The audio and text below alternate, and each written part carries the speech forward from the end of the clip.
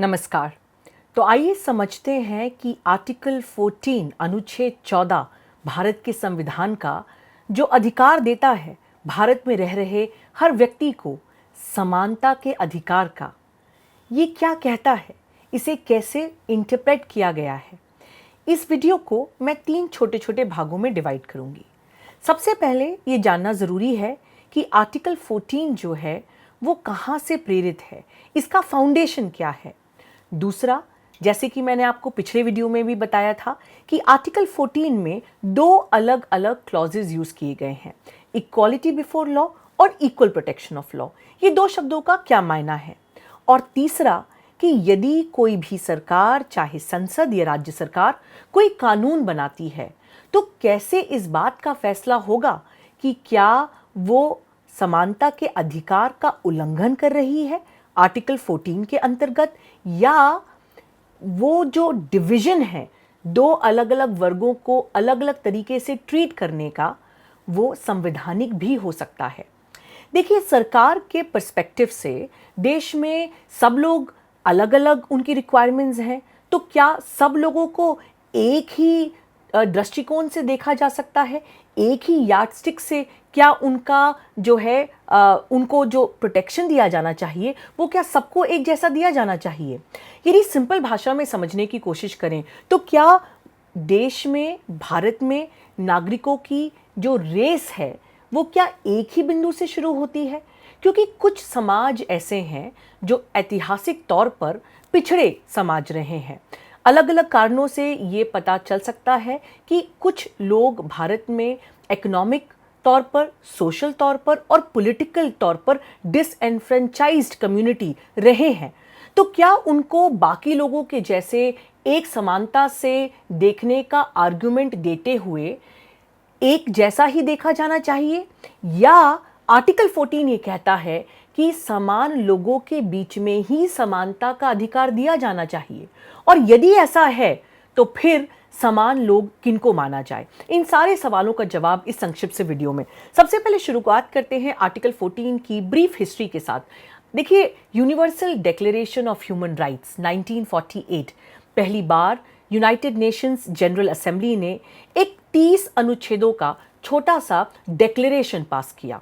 आपको यदि ध्यान होगा, हमारा संविधान के पहले वीडियो में मैंने आपको एक शब्द बताया था, मैग्ना कार्टा, कि पहली बार दुनिया के इतिहास में कब अधिकारों को लिख दिया गया। लेकिन उसके बाद यदि कोई दूसरी डॉक्यूमेंट है, कोई दूसरा डिक्लेरेशन है जो ना सिर्फ भारत के दृष्टिकोण से लेकिन विश्व भर के दृष्टिकोण से फाउंडेशन बना मौलिक अधिकारों का, तो वो है universal declaration of human rights. इसने कहा कि देश में रह रहे सारे लोग, वो किसी भी धर्म के हों, किसी भी रेस के हों, किसी भी जेंडर के हों, किसी भी ज्योग्राफिकल एरिया से आते हों, किसी भी नेशनैलिटी के हों, उन सभी को कुछ ऐसे मौलिक अधिकार हैं जो मानव अधिकार हैं और उनकी सुरक्षा करना हर देश की सरकार के लिए अनिवार्य है। Universal declaration of human rights का जो आर्टिकल 17 है, अनुच्छेद 17, ये स्पेसिफिकली वही कहता है जो भारत के संविधान में आर्टिकल 14 कहता है, और वो क्या, कि सभी को समानता का अधिकार है। अमेरिकन कॉन्स्टिट्यूशन के 14वां संशोधन के द्वारा अमेरिकन कॉन्स्टिट्यूशन में एक इक्वालिटी क्लॉज डाला गया। वो इक्वालिटी क्लॉज क्या कहता है उसकी भाषा मैं जल्दी से पढ़ देती हूँ, क्योंकि थोड़ा सा मैं आपको दिखाना चाहती हूँ कि अमेरिकन संविधान में समानता के लिए क्या भाषा उपयोग की गई और संविधान में भारत के क्या लैंग्वेज या भाषा जो है वो अनुच्छेद में प्रयोग की गई।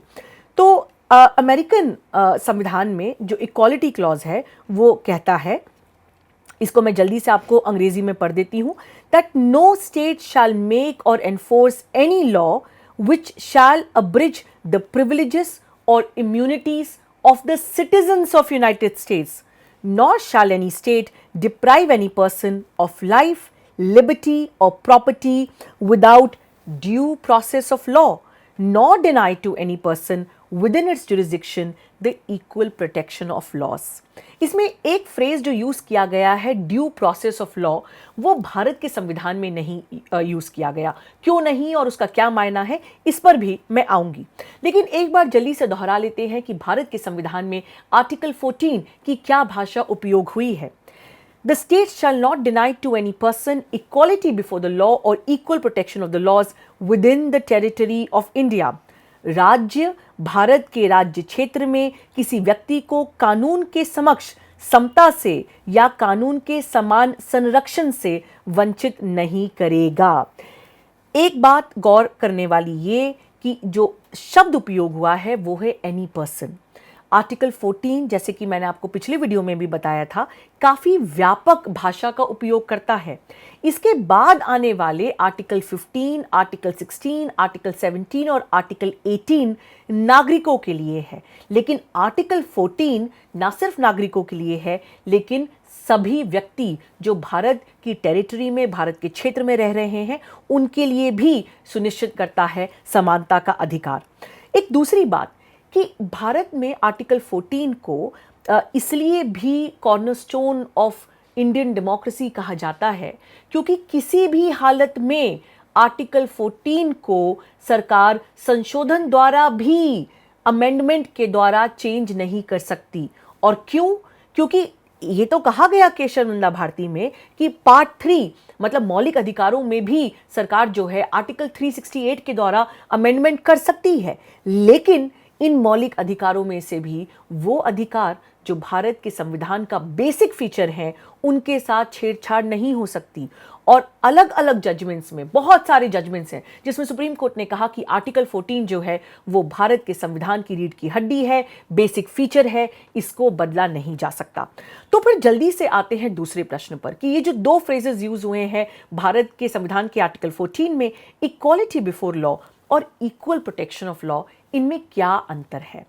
देखिए, एक बात जो मोटे तौर पर समझने की है वो ये कि इक्वालिटी बिफोर लॉ जो है वो एक नेगेटिव कॉन्सेप्ट है। नेगेटिव क्यों कह रही हूं? इसलिए क्योंकि इक्वालिटी बिफोर लॉ ये कहता है कि न्यायालय के समक्ष सभी व्यक्ति और वर्ग समान होंगे, उनके बीच में किसी प्रकार का डिस्क्रिमिनेशन नहीं हो सकता, पहली चीज। दूसरी चीज कि किसी भी व्यक्ति विशेष के लिए कोई भी विशेष अधिकार नहीं होगा, सभी लोगों को सेम या एक जैसे अधिकार होंगे। और तीसरा कि कोई भी व्यक्ति, चाहे वो अमीर हो या गरीब हो, गोरा हो या काला हो, मंत्री हो या आम इंसान हो, उन सभी को कानून की बराबर रक्षा मिलेगी, इक्वालिटी बिफोर लॉ।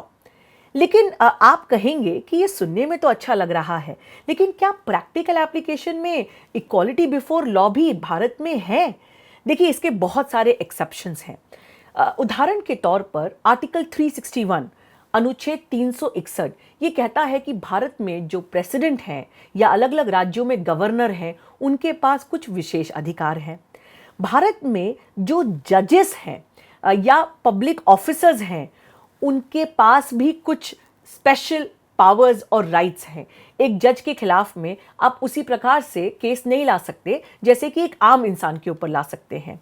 या भारत में रह रहे जो फॉरेन डिप्लोमैट्स हैं, उन पर भी किसी भी प्रकार की भारत में न्यायालयों के सामने जुडिशियल प्रोसेस नहीं हो सकती।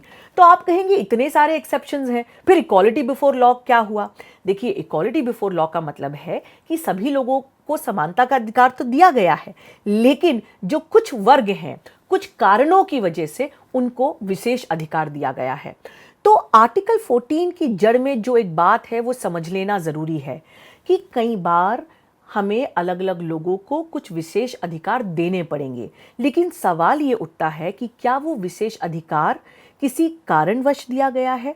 वो कारण क्या आर्बिट्रेरी है?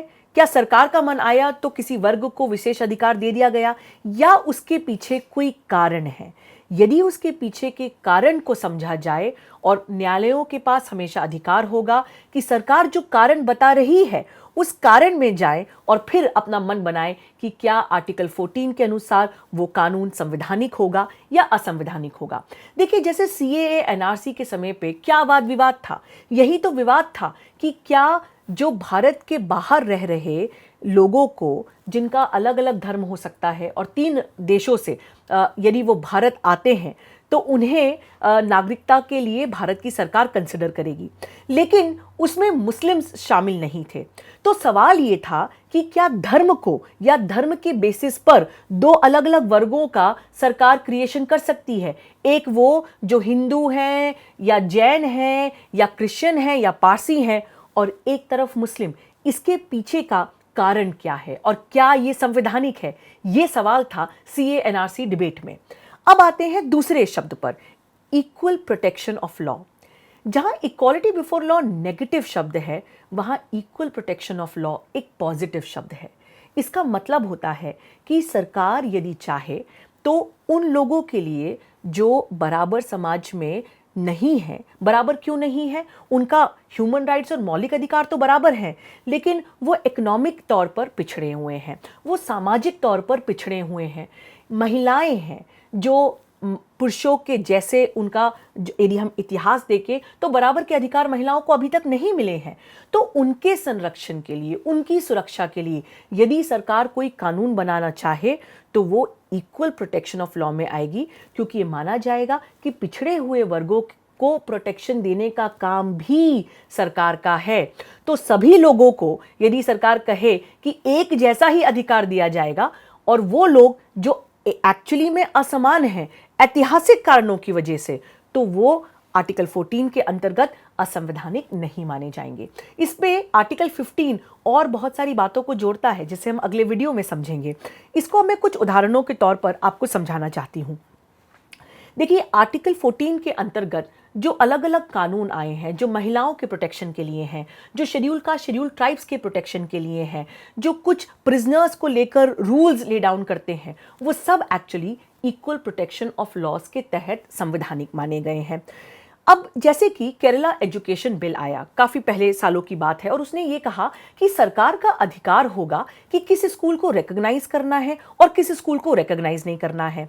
मतलब एक प्रकार से दो अलग अलग ग्रुप्स को डिवाइड कर दिया गया, वो स्कूल जिनको सरकार मान्यता देगी और एक तरफ वो स्कूल जिनको सरकार मान्यता नहीं देगी। सवाल था कि क्या ये आर्टिकल 14 में संवैधानिक है या असंवैधानिक है। सुप्रीम कोर्ट ने कहा, जब उस कानून को पढ़ा, कि ये असंवैधानिक है अनुच्छेद 14 के अंतर। क्यों? क्योंकि आपने, सरकार ने ये कोई क्राइटेरिया नहीं बताया कि किस क्राइटेरिया के आधार पर सरकार कुछ स्कूल को रिकॉग्नाइज करेगी और कुछ स्कूल को रिकॉग्नाइज नहीं करेगी। एक दूसरा उदाहरण देखते हैं। मानिएगा कि कोई सरकार कहती है कि जमीन पर टैक्स लगेगा, चलिए ठीक है, टैक्स लगेगा। अब टैक्स जो है वो कौन लगाएगा? Tax commissioner. चलिए ये भी समझ में आ गया। लेकिन टैक्स कमिश्नर के पास क्या ये आर्बिट्रेरी पावर हो सकता है कि किसी भी जमीन की जो रेट वो चाहे वो लगा ले, या अलग अलग दरों से जमीन की कीमत आंकते हुए अलग अलग टैक्स लगाए? जी नहीं, बिल्कुल भी नहीं, क्योंकि वो आर्बिट्रेरी पावर होगा। वो बिना दिमाग लगाए, बिना किसी उचित नीति के तहत कोई कानून नहीं होगा। वो पूरा अधिकार जो है वो सरकारी तंत्र को दे देगा, और ऐसा कोई भी कानून आर्टिकल 14 के अंतर्गत आर्बिट्रेरी माना जाएगा, गैर संवैधानिक माना जाएगा। दो तीन चीजें मैं आपको और जल्दी से बताना चाहती हूं। भारत में एक बड़ा डिबेट रहा है कि जब कभी न्यायालयों को छोड़कर कोई स्पेशल ट्राइब्यूनल बनता है, और सरकार ये कहती है कि हम स्पेशल ट्राइब्यूनल इसलिए बना रहे हैं क्योंकि कुछ मामलों पे हमें स्पीडी जस्टिस चाहिए, तो क्या सरकार का मन आए किसी भी मुद्दे को लेकर स्पेशल ट्राइब्यूनल बना सकते हैं? जैसे कि आप जानते हैं कि आज भारत में कंज्यूमर मुद्दों के लिए कंज्यूमर फोरम है, एनवायरमेंट से रिलेटेड मैटर्स के लिए नेशनल ग्रीन ट्राइब्यूनल है। 1954 में ये पहला एक जजमेंट आया, Madhu Limaye versus superintendent Tihar jail. इसमें Delhi AIR 1975, supreme court 1505, Madhu Limaye versus superintendent Tihar jail, Delhi का ये मामला था। इसमें पहला ये सवाल उठा 1975 में, 1954 वाले जजमेंट पे भी मैं आती हूँ, कि यदि एक ही जेल में कुछ इंडियन प्रिजनर्स हैं और कुछ यूरोपियन प्रिजनर्स हैं, तो क्या इनकी डाइट में अंतर हो सकता है? क्या ये किया जा सकता है कि जो यूरोपियन प्रिजनर्स हैं उनको अच्छा खाना दे दिया जाए जेल में, और जो भारतीय हैं उनको बड़ा, जो कहा जाए कि ऑर्डिनरी सा खाना दे दिया जाए? तो कोर्ट ने कहा कि इस प्रकार से भी आप इंडियन प्रिजनर्स और यूरोपियन प्रिजनर्स के बीच में अंतर नहीं कर सकते। अब मैं आती हूँ एक दूसरे जजमेंट पे जिसके बारे में मैं आपको बता रही थी।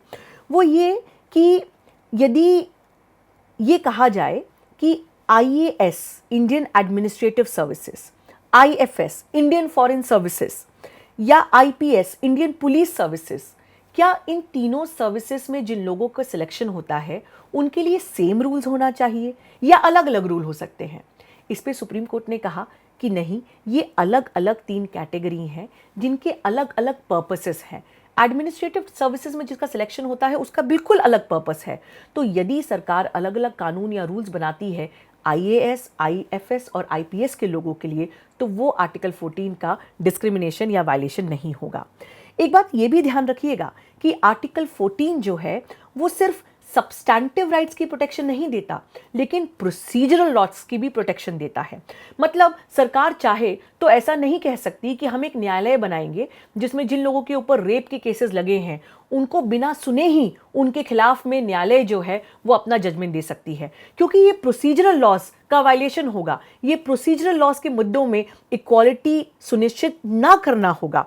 तो Charan Lal Sahu versus union of India AIR 1990 supreme court 1480 में ये कहा गया कि प्रोसीजरल लॉस का प्रोटेक्शन भी आर्टिकल 14 के अंतर्गत कवर है। और अब मैं आती हूं उस 1954 नहीं 52 के जजमेंट पे जिसकी मैंने आपसे बात करी थी। केस था state of west Bengal versus Anwar Ali Sarkar. इसका साइटेशन है AIR 1952 सुप्रीम कोर्ट 75। सरकार ने कहा कि कुछ स्पेशल ट्राइब्यूनल हम बनाएंगे ताकि स्पीडी जस्टिस मिल सके, क्योंकि कोर्ट्स में बहुत सारा बर्डन होता है, तो कुछ एक स्पेशल ट्राइब्यूनल बनाए जाएं। लेकिन सरकार ने उस कानून में, उस स्टैट्यूट में ये नहीं बताया कि क्या क्राइटेरिया होगा ये डिसाइड करने का कि कौन से मैटर स्पेशल ट्राइब्यूनल में जाएंगे और कौन से मैटर जो हैं वो रेगुलर कोर्ट्स में जाएंगे। सुप्रीम कोर्ट ने कहा कि इस प्रकार से आप अलग अलग कैटेगरी नहीं बना सकते कि सरकार का जो मन चाहे उस केस को उठा के सीधे सीधे स्पेशल ट्राइब्यूनल भेज दे। हाँ, यदि कोई कैटेगरी है कि जैसे सारे कंज्यूमर फोरम के मैटर्स जो हैं वो कंज्यूमर फोरम में जाएंगे, एनवायरनमेंट के जो मामले हैं वो NGT में जाएंगे, तो इसमें पक्षपात नहीं होगा। इसमें सभी लोगों के लिए जो एनवायरनमेंट के मामले को लेकर कोर्ट जाना चाहते हैं, न्यायालय जाना चाहते हैं, वो सब NGT में जाएंगे। तो आप समझ रहे हैं कि समानता का मतलब, यदि सरकार किसी भी तरीके से लोगों के बीच में भेदभाव करती है, वर्गों के बीच में भेदभाव करती है या किसी भी और प्रकार से भेदभाव करती है, तो उसे बताना पड़ेगा कि रीजनेबल क्लासिफिकेशन या इंटेलिजिबल डिफरेंशिया क्या है। ये 2 शब्द को थोड़ा समझ लीजिएगा। इंटेलिजिबल डिफरेंशिया मतलब क्या कारण है, क्या बेसिस दिया गया है कि ये 2 अलग अलग ग्रुप्स के बीच में 2 अलग अलग प्रकार का ट्रीटमेंट सरकार कर रही है। मुद्दा कोई भी हो सकता है और सरकार को ये बताना पड़ेगा कि क्या रीजनेबल क्लासिफिकेशन है, किस बेसिस पर ये 2 अलग अलग वर्गों के बीच में, मुद्दों के बीच में, लोगों के बीच में अलग अलग प्रकार से जो है वो ट्रीटमेंट हो रहा है। कुल मिला के बात यह है कि आर्टिकल 14 ये कहता है कि किसी भी प्रकार से समानता का उल्लंघन नहीं होना चाहिए। जो लोग किसी प्रकार से भी डिस्क्रिमिनेटेड रहे हैं ऐतिहासिक तौर पर, उनके लिए यदि सरकार कोई कानून बनाती है तो बना सकती है, लेकिन उन कानूनों में भी ये बताना पड़ेगा कि उन कानूनों को लाने के पीछे आपका औचित्य क्या था, आपका रीज़न क्या है, आपका इंटेलिजिबल डिफरेंशिया क्या है। उसके बिना कोई भी कानून संसद या राज्य सरकार, और कानून का मतलब आपको ध्यान होगा, हमने पिछले वाले वीडियो में देखा था, 2 वीडियो पहले में, कि कानून मतलब सिर्फ स्टैट्यूट ही नहीं, बायलॉज भी, रूल्स भी, नोटिफिकेशन भी, ये किसी भी प्रकार से समानता के अधिकार का उल्लंघन नहीं कर सकते। आर्टिकल 14 अपने आप में एक बड़ा जूरिस्प्रूडेंस है, इस पे अपने आप में एक किताब लिखी जा सकती है, लेकिन मैं आशा करती हूँ कि इस छोटे से वीडियो के माध्यम से कम आर्टिकल 14 का जो क्रक्स है, जो एसेंस है, वो आप तक मैं पहुँचा पाई होंगी। अगले वीडियो में हम बातचीत करेंगे आर्टिकल 15 अनुच्छेद 15 भारत के संविधान का क्या कहता है। तब तक के लिए मुझे इजाजत दीजिए। बहुत बहुत धन्यवाद। अधिवक्ता अवनी बंसल। द वायर के और वीडियोस देखने के लिए सब्सक्राइब करें और बेल आइकन पर क्लिक करें। स्वतंत्र पत्रकारिता की आर्थिक मदद करने के लिए डिस्क्रिप्शन में दिए गए लिंक पर जाएं और अपनी राशि चुनें।